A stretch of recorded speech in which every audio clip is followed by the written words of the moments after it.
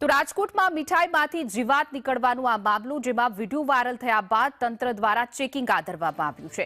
અલગ અલગ મીઠાઈનું તંત્ર દ્વારા ચેકિંગ કરવામાં આવી રહ્યું છે। જશોદા ડેરીના માલિક અલ્પેશ ડોબરિયાનું નિવેદન પણ સામે આવ્યું છે। તેઓએ પોતાને બચાવ કરતા કહ્યું કે મીઠાઈમાં જીવાત ક્યાંથી આવે અમને ખબર નથી। મીઠાઈમાં ઈયળ નહોતી, જીવાત બહારથી આવતી હોય છે। તે પ્રકારનું ગોળ ગોળ જવાબ આપી અને બચાવ કર્યો છે।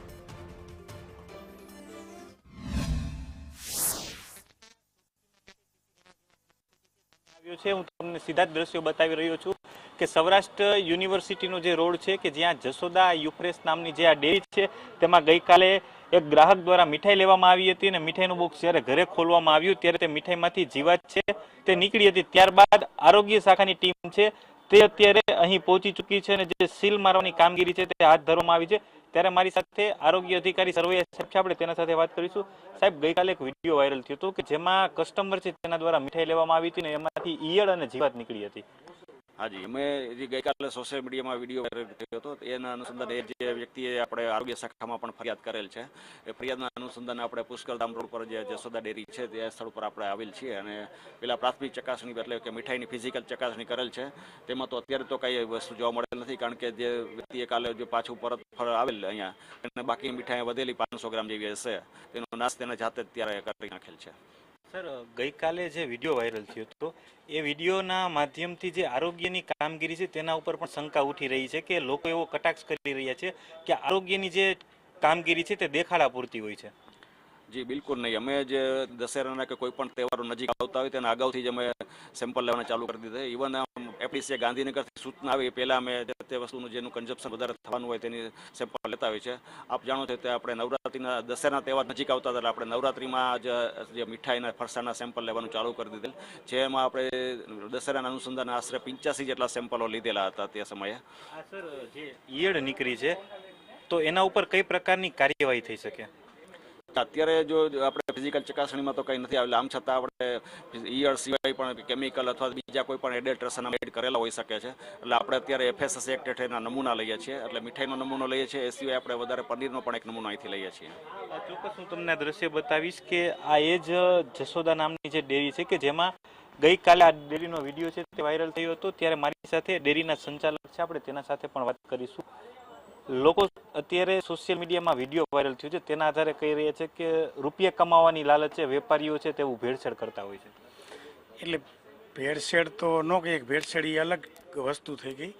જે જીવાત નીકળી છે, મીઠાઈ જ્યારે ખરાબ થતી હોય ને ત્યારે અંદર ફંગસ આવતી હોય છે મેજોરિટી, તો આની અંદર ઈયળ પણ નથી, જીવાત હતી કે જે અત્યારે વાતાવરણની અંદર જે જીવાત હોય મીઠાઈની ઉપર વિડીયોમાં સ્પષ્ટ દેખાય છે ઈયળ છે। તમારા જે અહીંયા જે કાઉન્ટર ઉપર બેઠા હતા એ ભાઈએ પણ કબૂલાત આપી હતી ને વિડીયોમાં સ્પષ્ટ દેખાય છે ઈયળ છે। એટલે ઈયળ નહોતી, એમને ઈયળની કબૂલાત નથી, જીવાતની કબૂલાત આપી હતી કે જે વાતાવરણની અંદર જીવાત હોય એ જીવાત મીઠાઈ ઉપર હતી એ 100% છે, પણ મીઠાઈની અંદર જીવાત ન થતી હોય એ ઉપરથી બોક્સ ભરતી વખતે કે કઈ એમની બેદર। મીઠાઈના કેટલા રૂપિયા લે છે? કિલોનો શું ભાવ હોય છે? મીઠાઈ તો અલગ અલગ રેટથી વેચાતી હોય છે। જે દૂધની મીઠાઈ હોય જનરલ 450 થી 500 રૂપિયા કિલો હોય અને ડ્રાયફ્રૂટ મીઠાઈ હોય 1000ની આસપાસની। આવી ફંગસવાળી મીઠાઈ છે તમે તમારા ઘરે લઈ જવાનું પ્રિફર કરશો? તમારા ઘરના મેમ્બરોને આ મીઠાઈ ખવડાવશો? પણ ફંગસ મીઠાઈની અંદર હતી જ નહીં સાહેબ, એ જીવાત છે, વિડીયોમાં સ્પષ્ટ દેખાય છે જીવાત છે, ઈયળ છે। તમે ભલે ન સ્વીકારો, તમે લોકોના આરોગ્ય સાથે ચેડા કરો છો ને કરો છો।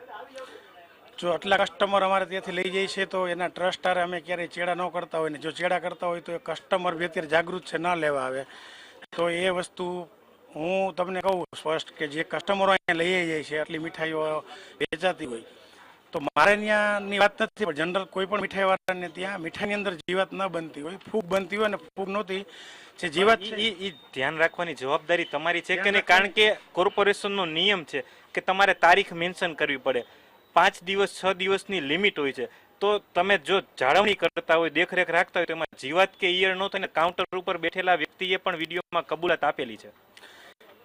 એ ઉપર હતી એ મીઠાઈની કબૂલાત આપેલી છે, મેન્શન અમારી ડેટ કરેલી હોય છે દરેક ચોકીમાં, એક્સપાયરી ડેટ બી મેન્શન કરેલી હોય છે। અને વાત રહી મીઠાઈ ખરાબ થવાની, તો મીઠાઈ ખરાબ નથી, ઉપરથી જે જીવાત છે ભલે બેદરકારી અમારી જ છે, અમારી ટીમની છે કે જે બોક્સ ભરતી વખતે કે એમના ધ્યાન બારે જ્યારે મીઠાઈની અંદર જીવાત આવી ગઈ છે। સ્વીકારો તો છો ને તમારી બેદરકારી છે? હા સ્વીકારીએ છીએ કે જેમ કે અમારે જે પેક કરનાર વ્યક્તિ છે એમનું ધ્યાનમાં નથી આવેલું ને આપી દીધી છે તો 100% અમારા સુધાર. તમે તમારા દિલ ઉપર હાથ રાખીને કહો, આ પ્રકારની મીઠાઈ તમે તમારા ઘરના મેમ્બરોને ખવડાવો કે નહીં? અમારા ઘરના મેમ્બરોને કોઈ પણ અમારા કસ્ટમરને બી ના ખવડાવીએ અમે. અત્યારે ખવડાવી બી હું નથી. તમને આ દ્રશ્યો બતાવી રહ્યો છું કે જે આ ડેરીના દ્રશ્યો છે કે જે ત્યાં એ મીઠાઈ છે તે મળી રહી છે. ગ્રાહક દ્વારા આ મીઠાઈ ખરીદવામાં આવી હતી અને આ મીઠાઈ લઈને તે ઘરે પહોંચ્યો હતો. ત્યારબાદ મીઠાઈમાં જીવાત અને ઈયળ નીકળ્યા હોવાનો જે વાયરલ વિડીયોમાં તે આક્ષેપ કરી રહ્યો છે અને તે બોક્સ લઈને ડેરી ખાતે પહોંચ્યો હતો. ત્યારબાદ જે કાઉન્ટર ઉપર બેઠેલી વ્યક્તિ સમક્ષ તેને મીઠાઈ ખોલી હતી અને બતાવી હતી કે આ મીઠાઈમાં જીવાત અને ઈયળ છે તે નીકળેલી છે અને તેને કબૂલાત પણ આપેલી હતી કાઉન્ટર પર બેઠેલી વ્યક્તિ. આ વિડીયો વાયરલ થતા આરોગ્ય વિભાગની ટીમ છે તે તાત્કાલિક ડેરી ખાતે પહોંચી હતી ચેકિંગ કરવા માટે. પણ ગઈકાલે જે મીઠાઈ જે ખરાબ હતી, ફૂગવાળી હતી, તે મીઠાઈનો છે નાશ છે તે કરવામાં આવ્યો છે. તો બીજી તરફ આરોગ્ય વિભાગ છે તેનું કહેવું છે કે FSSAIના એક્ટ મુજબ જે ડેરી માલિક છે તેના વિરુદ્ધ કાર્યવાહી છે તે કરવામાં આવશે. કેમેરામેન માધવ ભટ્ટ સાથે દિવ્યેશ જોશી, સંદેશ ન્યૂઝ, રાજકોટ.